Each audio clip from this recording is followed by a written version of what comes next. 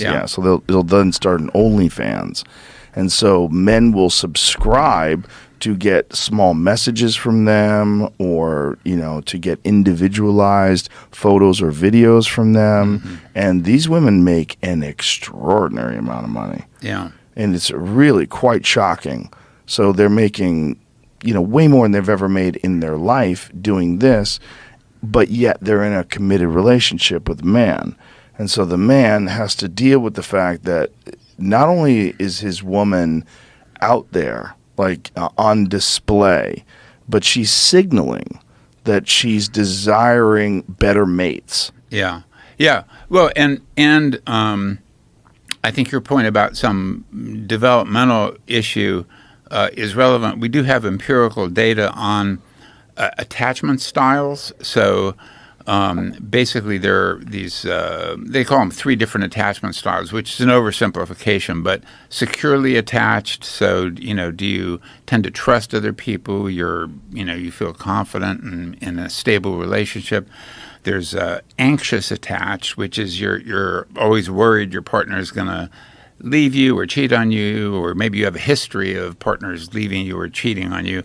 And then there's what's called ambivalent attachment style, where there are people, both men and women, who they don't really want an intimate romantic relationship. They kind of avoid, if someone gets too close, they kind of push them away. And in studies of infidelity, the securely attached have the lowest rates of infidelity, and my guess probably the lowest rates of these Instagram posts or OnlyFans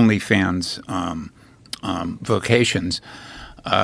Whereas, and then the second is the anxious attached, but the most is in terms of infidelity rate is the avoidant attachment style.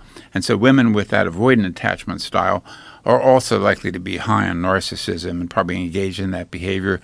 And also, could you please explain avoidant attachment? Yeah. So these are people who don't like close, intimate relationships, and so they avoid them and try to be. If it gets too close, they push them away. They want to maintain their independence. And so even if they're married, there's this distance. There's always this pushing away of the other person and of intimacy, psychological intimacy with that other person.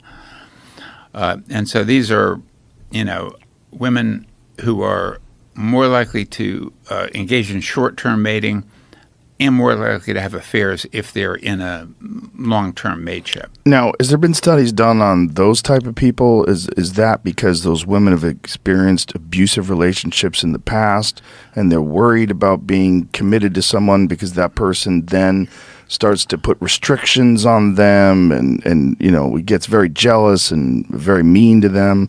It's a good question, and we don't know. So there's some speculation. So the dominant thinking, which I don't necessarily subscribe to, is that it really stems from the mother-infant attachment bond. So if you have like a mother or other parental figure who wasn't there for you, who was erratic and so you couldn't rely on them, then the notion is that the infant learners, they can't rely on other people, so they better do stuff by themselves or on their own. That makes sense. And the idea is that attachment style, which some claim gets fixed in infancy, then carries over into adulthood when you form romantic relations. And so the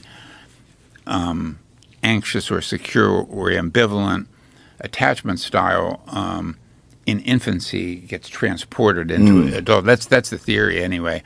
Well, that completely makes sense. If your parents were never around, or they weren't reliable, or they're shitty to you, yeah.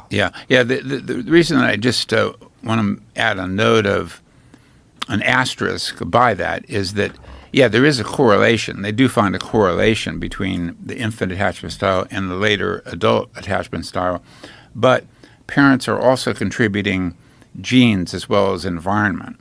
And so it might be that the parents who themselves are kind of inconsistent, not there for the kids or whatever, and are off maybe having affairs on their own or whatever, transmit genes to their children that dispose them toward those styles, as well as an environment. And so studies haven't been done to try to disentangle the genetic effects versus these parental effects on attachment style.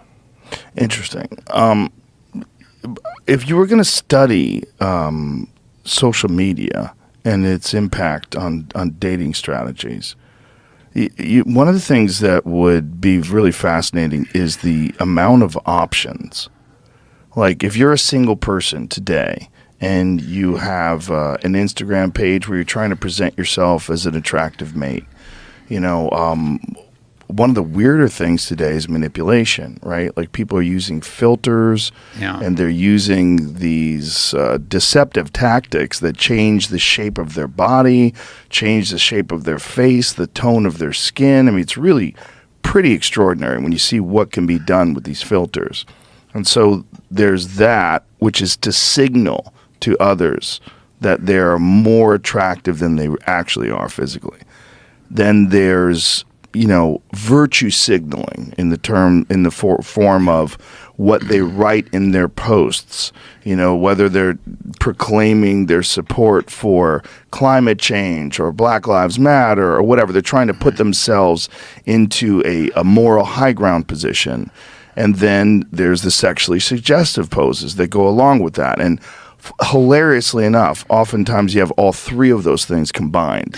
Like they're trying to go for the coup de grace. They're in their underwear with their butt up in the air talking about social issues while they're using a filter. Yeah. And it's I would imagine that just this platform, whichever one you're talking about, whether it's TikTok or Instagram or whatever, these platforms are fertile breeding grounds for all sorts of pathologies, narcissism, sociopathy, like all sorts of bizarre behavioral characteristics that are encouraged by these social media applications and the impact that it has on people. Like oftentimes